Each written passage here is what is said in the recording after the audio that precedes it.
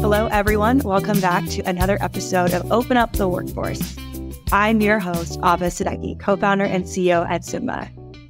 On Open Up the Workforce, we speak with leaders driving the future of diversity, equity, and work. I'm joined today by Chief Diversity, Equity, and Inclusion Officer at Exelon. With over 28 years of experience, Robert has contributed his HR and DEI expertise to the service, manufacturing, and energy industries. Robert, would you tell our listeners more about yourself and your career journey? Sure, Ahva. Thank you for the invitation to be a part of the podcast. I'm so excited. This is my first, and so thank you for making that happen. Great to be with you tonight. I am a native Baltimorean. I have lived here in Baltimore the majority of my life. I did go to college out of town in Atlanta for a bit, Northwest England, and did graduate school here in town. I have had a great experience from a career perspective right out of high school into my college year, did internships, started initially at BLACK+DECKER in Towson, Maryland, where I was an intern in corporate benefits, and then moved over to CareFirst to continue HR-related work and internships there. My first full-time job was at CareFirst, which is the regional insurer in Maryland and DC.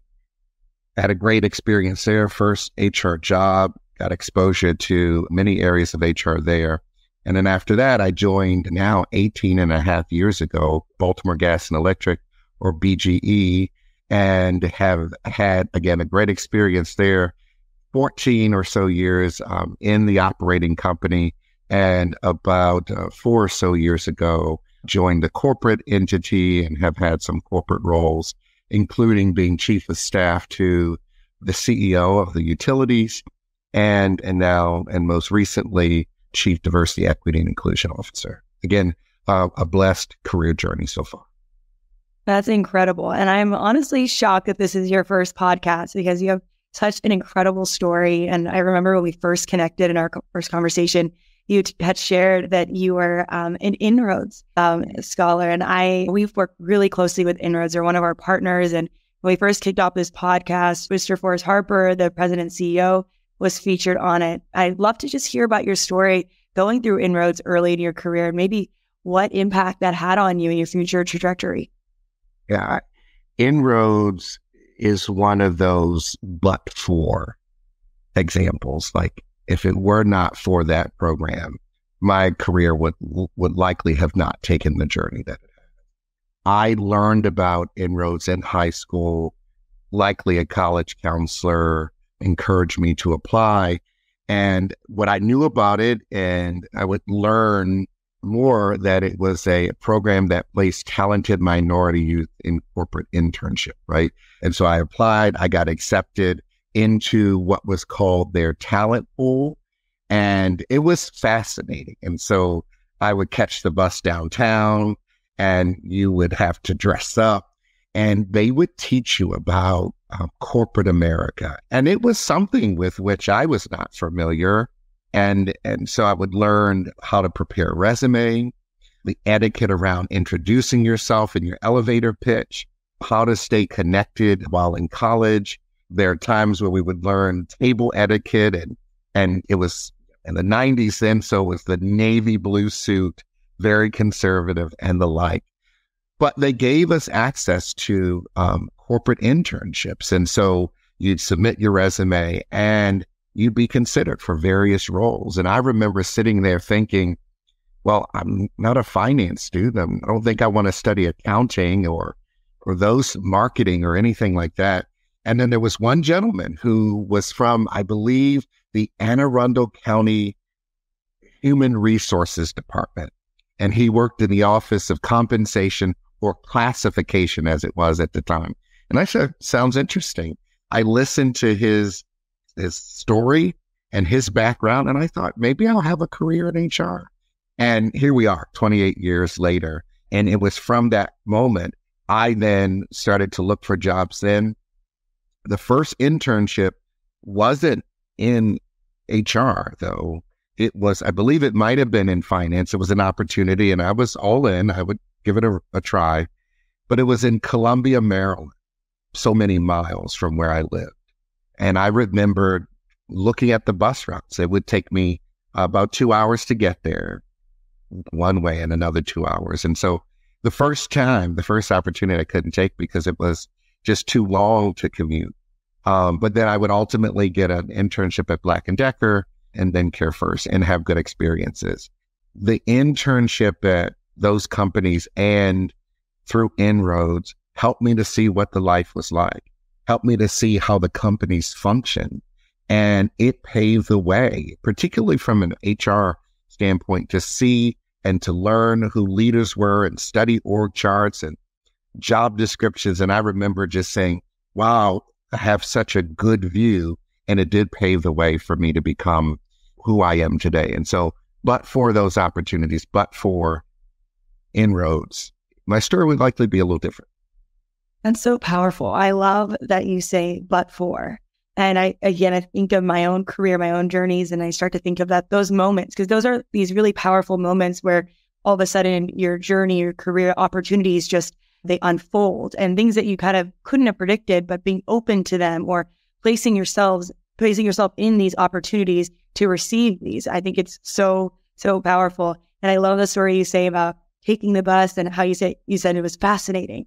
And I think that whenever I talk about early careers, I always ask people, think about your first job. And I think there's always just such a rush of emotion, right, that comes back. I remember being so nervous to ask a question, or am I saying the right thing? Or how am I being perceived? Is this what I wear? Am I here at the right time? How should I be standing or sitting on the couch? Just so many questions because you have no idea. And really nothing prepares you for it until you're there. And especially for a lot of first gen students, you can't really turn to a parent or a family member to ask for support. So these types of initiatives are really critical. And I've seen that you've invested a lot of your time into building these programs from scratch. Can you share a little bit more about the work you've done to build these programs? Sure, absolutely. Let me also tell you, I remember in the initial days at the internship and having my supervisor say, we're going to go to lunch today. We're going to go out to lunch. And I remember thinking, well, to myself, I don't have any money. Like, I have my lunch. So I don't know what happens here. I remember then making up the question. I said, well, I'll just ask the question. Ask it to say, well, how much will I need? I just want to make sure I have enough. And then she said, oh no, Ray's going to take us to lunch today. So I didn't know what being taken to lunch meant in that context. I knew I had my sandwich that my mom made for me that morning. So yeah, those things, that insight. To your question, Ahva, I took a lot of what I learned there. That experience about that 2 or so hour trip influenced how I thought about transportation and how I thought about an opportunity for students to get to a job was as important as the job itself. And so when we built the initial program at Baltimore Gas and Electric, that focused on a partnership between Baltimore City Schools initially and the company, we looked at how do we take students who were studying computer-aided design or electrical construction or automotive technology. They were studying trades, and we were, of course, the local utility centered and headquartered in the area. And so we had opportunities. How could we match up the students studying those trades and the pipeline of talent that we would need at that time and in the future? And so we started talking about what opportunities look like. We started with, I think it was 14 students in 2016, and we created internships where they would have some time together in the initial days, and we would teach them about the corporate we're on, what it included and how to kind of navigate that space. And then they would have a field assignment where they would go to work in their various trades. And in some cases, there were two very important dynamics, that some of the shifts started at 6 a.m. So they had to be there at 6 a.m., which means that they needed to leave their houses at 5 a.m. or 5:15 in order to do it. And so the company was very strategic about arranging transportation for the students to become superhuman and be up that early, and then move from their homes and sometimes to the schools where we would gather them, but ultimately to their location. And so that transportation, from my experience, influenced it. And so the program initially here was getting students experience and then paving the way through this internship to full-time jobs. And so this was an opportunity for students to move from those programs into full-time careers and jobs at the company. And so that was one of the initial programs that we developed. And again, heavily influenced by my own experiences there. That's really insightful to hear. And I appreciate you sharing the story about your sandwich, because I can totally imagine being in that position. And it's pretty funny when we look back at these situations where we were so stressed when it really wasn't that big of a deal. But that's why getting into these spaces are so important, right? We have to learn through each experience. And I think the example of mapping out the bus stops and locations really in those routes was really important to getting these students to the right place and location, because it is so much more than just presenting the opportunity.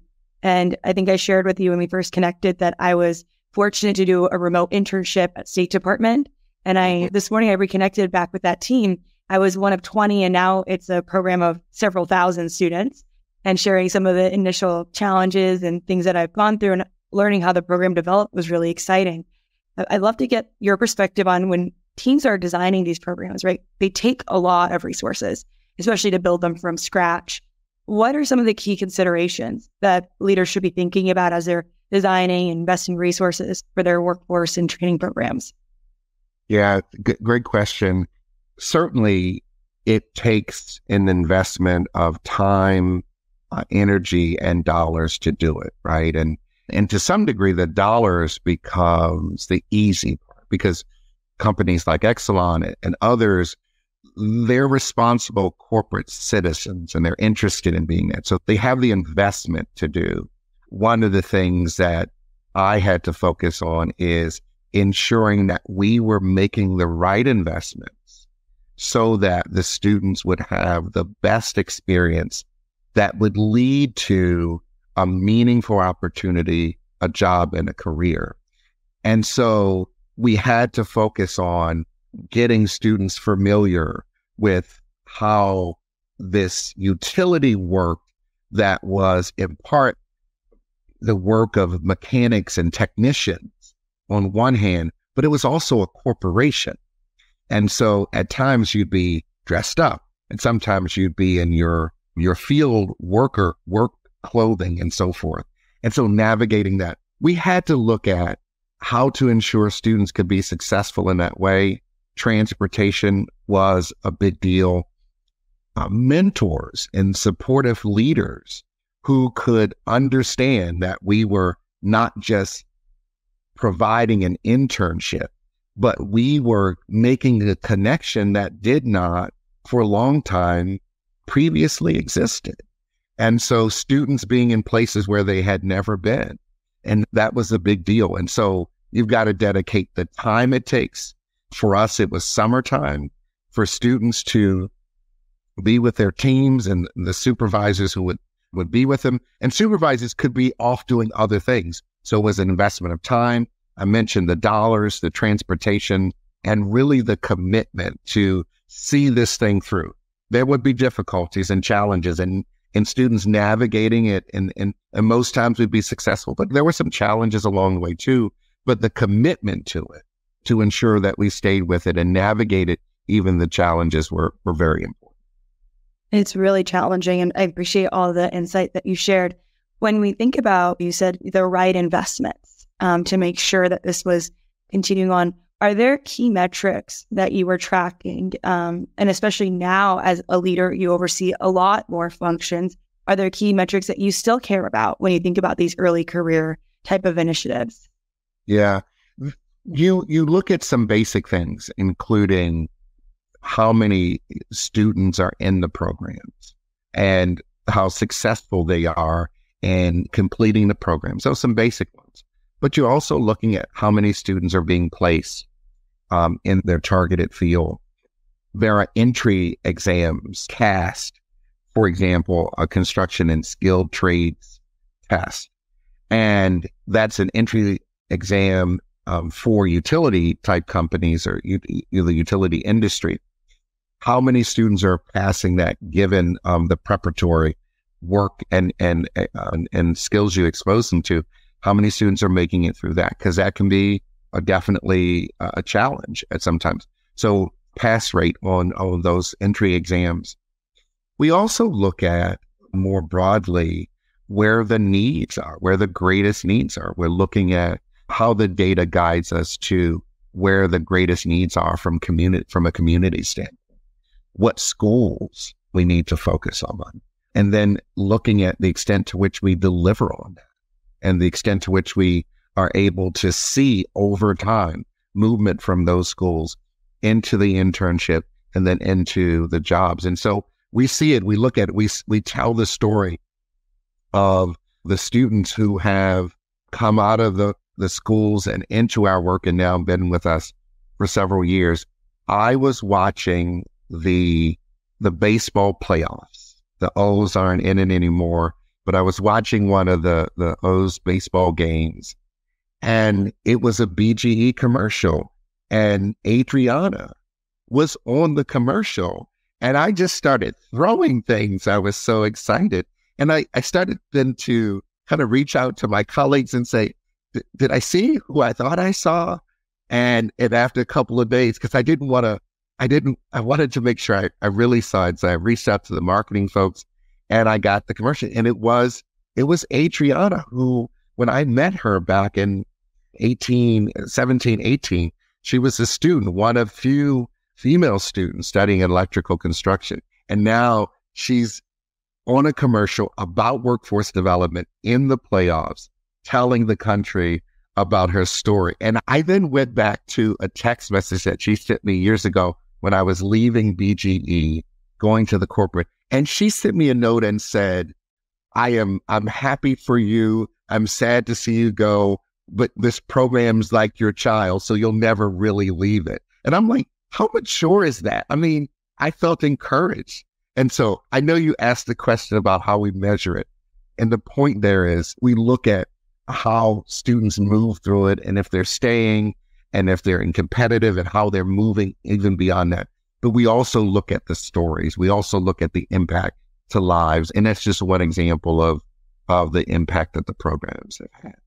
I love that story. And I know there's a podcast where listeners are only seeing or hearing our speak, but there's a lot of smiles and excitement and enthusiasm happening because this is so powerful and just so exciting because I think that's what makes me so drawn to this space is I think you can have the most meaningful impact in someone's career in their lives right at the beginning, right? This is a stage where you're really deciding what you want to do, what skills you're going to hone in on. And mentorship really means a lot because I know for me, it meant a lot. So it's so exciting to see the impact that you have through this program with people like Adriana and you're able to stay connected over time.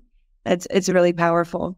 How have you stayed connected with like programs and initiatives that you serve even at Exelon when you have maybe handed them off to others? How as a leader who is overseeing many initiatives, are you maybe staying in touch and provide resources and support?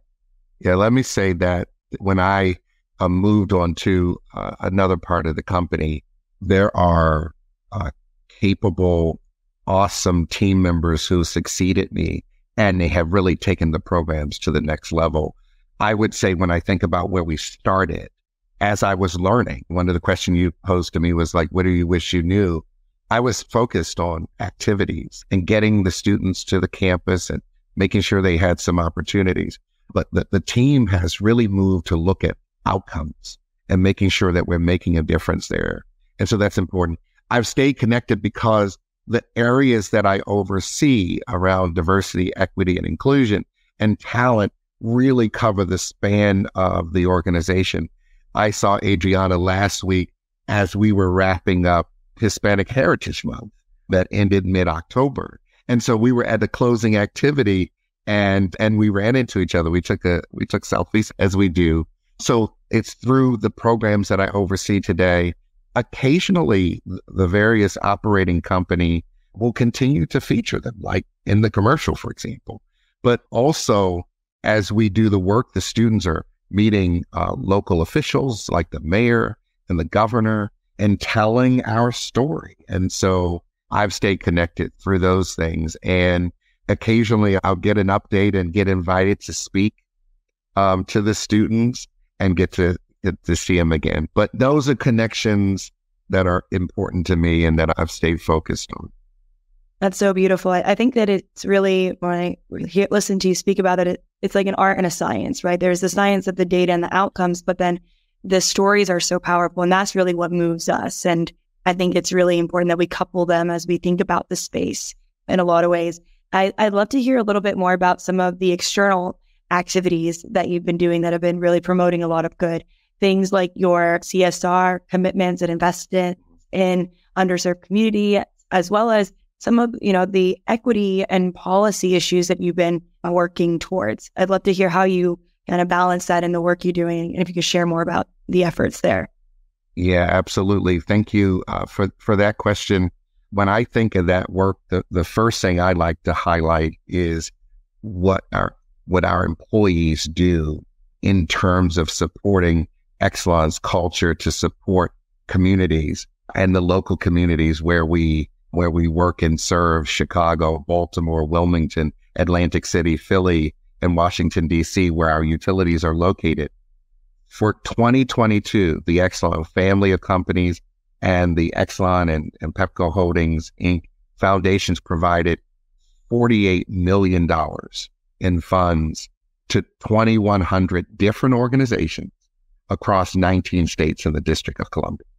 And so that's the summary of our giving. And when you look at that in particular, 5.8 million of that through the Exelon Foundation Giving Campaign and the corresponding matching gifts, we were able to provide $11.6 million going directly to the communities that we serve.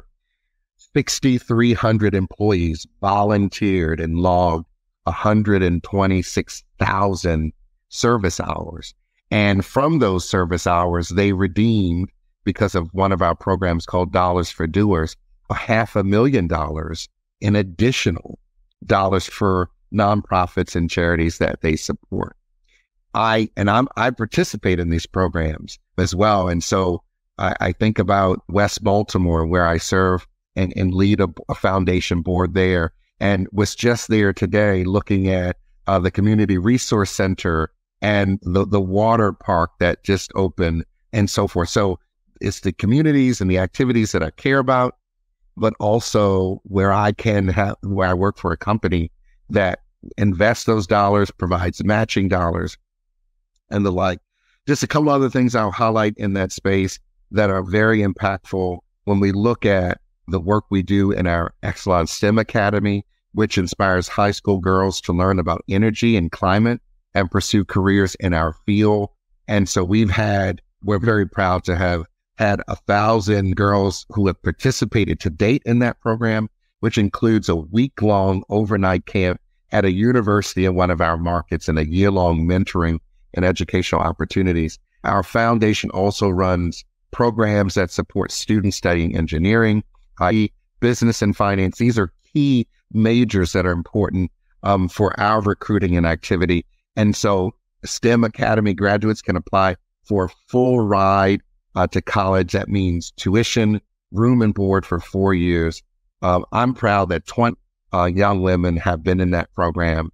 And we also have similar programs in partnership with UNCF, or the United Negro College Fund, at HBCUs, for which students can receive $25,000 for 4 years. And we've had 29 students in those programs. And we recruit those students to intern with us. And I'm proud that 20 STEM Academy and HBCU scholars intern with Exelon over the summer. And so I know I was talking fast and it was trying to kind of cover a lot of things, but we take the commitment so seriously to impact community and to be a part of addressing issues in communities. And when we walk out of our doors and we see these issues and concern, we take and see our responsibility to do it. And so these are some of our investments. We also do these with partner organizations and institutions and community who help to ensure that we are making the right investments and the right impact in the right places. I'm proud to hear that too. I think it's great that you actually had a long story to share all the different impact metrics and all the different initiatives you're working on. And I'll share that my co-founder and I, as two women who built an enterprise technology company, we coded it. She coded it herself when we first got started. We're such a big believer and advocate for women in STEM. So it means the world to hear you say how you're advocating for that. And I think when I think of a really powerful, amazing company, right? Because we're a startup and we have a vision to be something great. I look at that, the impact and work that you're doing is so much more beyond the walls of the business, or even if it's remote. How do you impact the community? How are you building your pipeline from high school and beyond? Because I think that's the future of what a really great, meaningful company is all about. I have read very recently about Symba and more about you, Ahva, and I'll just say you inspire me. I will say more later as we look to invite you to address some of the programs and students, but it's a great story, and thank you for just allowing me to be a part of the story. But that means the world, really, because I really look up to you and the work and the impact that you've had and continue to have. And one question that we like to ask all of our speakers on the show is around our mission, open up the workforce. And as we began as a social impact project with late Congressman John Lewis, and to us, open up the workforce means a future of work that supports equitable access to jobs and wealth creation. We'd love to get your perspective on what are the next steps that leaders need to take in order to truly open up the workforce. I'll tell you a story about a young girl named Jasmine. I was at the time vice chair of a foundation board in West Baltimore. We were ready to do work on a building that had not been inhabited for decades, and it would become the community resource center in this neighborhood. I'm standing outside. It was October 2019 or so. It was a sunny day. I was on a call. The ceremony, the groundbreaking was about to start. A group of girls walked by, and one of them comes up to me and says, "What's going on here today?" And I was a little tickled because I was on the phone, but she had something to say, so she spoke up. And then I said, "Let me put the phone on hold." And I explained to her that this would become a community resource center. It would have computer labs, financial education, job training, gymnasium, rooftop garden, daycare for families and so forth. And she said, okay. And she walked away. She came back a second time, just a few seconds later, and said, "What's going on here today?" And I internally, I was almost like my mother might have said. I was tempted to say, "Listen here, little girl, I've already told you once. I'm not going to tell you again, but I'm mostly mature." So I didn't say that. I ran it back. I said, computer resource center, computer lab, job training, daycare, rooftop garden, gymnasium, and the like. She walks away, and a few seconds later, she comes back again, and she says, "Am I welcomed here?" I thought she wasn't listening. I thought that she didn't hear what I was saying. But she was trying to determine in all of the words that I was using in her neighborhood, did she see herself? Did she hear herself in that? And so when it comes to what's next, it is ensuring, it is acknowledging that young girls and boys and members of our communities see us, but don't know if what we're doing includes them. It's so important that the issue of awareness be addressed, and not just addressed, but understood and owned. And what do companies like mine and yours need to do to ensure that the issue of awareness, that we know it's a barrier and we treat it and address it as such. So awareness is key. And then I think what comes next is access.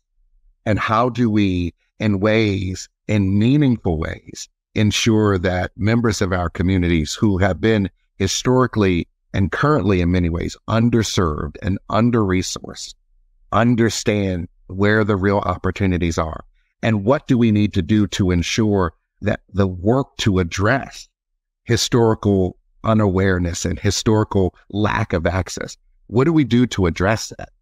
How do we prepare? What's the equity infusions that we need to do to ensure that the students are ready to compete, that they're ready to compete for jobs that up until a few months ago, they may not have known about. So I would say awareness is key, and access is also key. And I think once we do that, we can really start to see where there can be achievement in some meaningful ways in community. I couldn't agree more with what you said, because I always really focus on this as an access challenge, but I think awareness is really so critical in step one, right? That someone realize that they're welcomed and they can participate in this opportunity, like the story that you shared, because I think of access being the transportation and the buses and making sure that you can actually be there. But awareness, did you even know that you could apply for this? That you are what we're looking for in creating an environment where people feel like they are included and welcomed. And I'm very excited that we have leaders like you leading the way and making an impact, especially in an industry that needs more representation and diversity now more than ever, especially with the demand. So I think your story is so powerful. Is there anything else you'd like to share with our listeners before we wrap up? Yeah, again, I want to thank you for the opportunity, support, and shout out your work.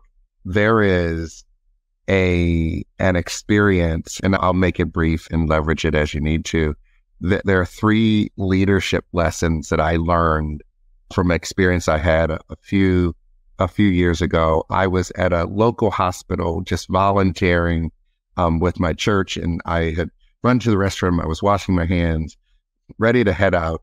And what I saw was a gentleman walk behind me. He had forearm crutches on both arms, metal, and he walked behind me, and I could hear the button click, and a couple of times click.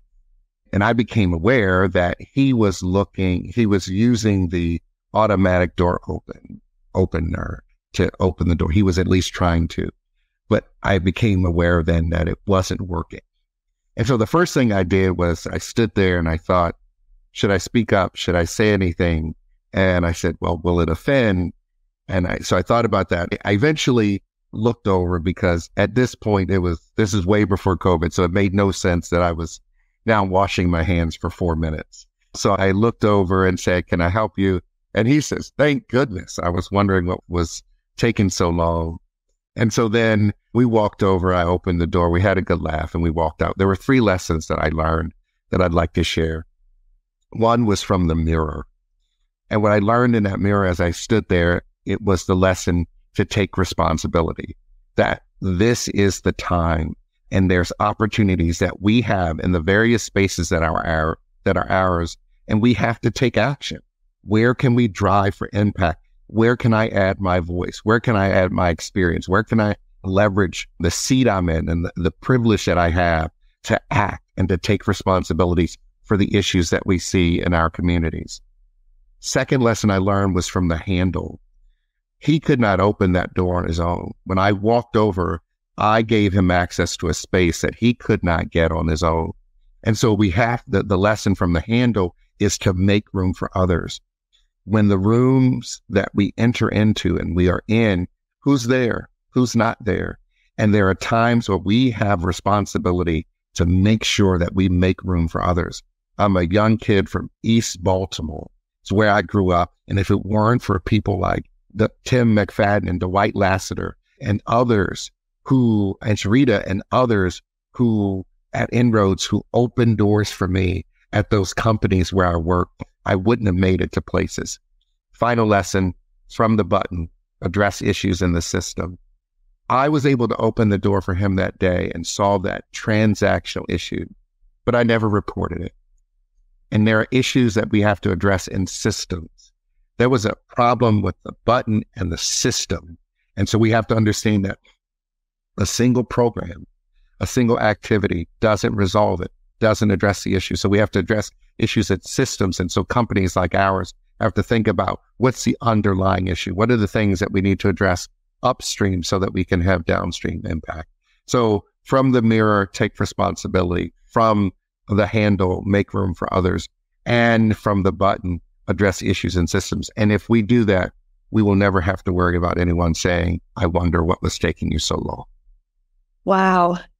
Thank you so much for sharing that story with us. I'm so moved and inspired, and I appreciate you for leading by example and creating so much impact. Your story has been so powerful, and I've learned so much throughout our conversation. I wish we only had more time, is all I would say. Thank you. I appreciate it. Again, thanks for the invitation. I'm grateful. Have a wonderful evening. Thank you so much, Robert. Appreciate it.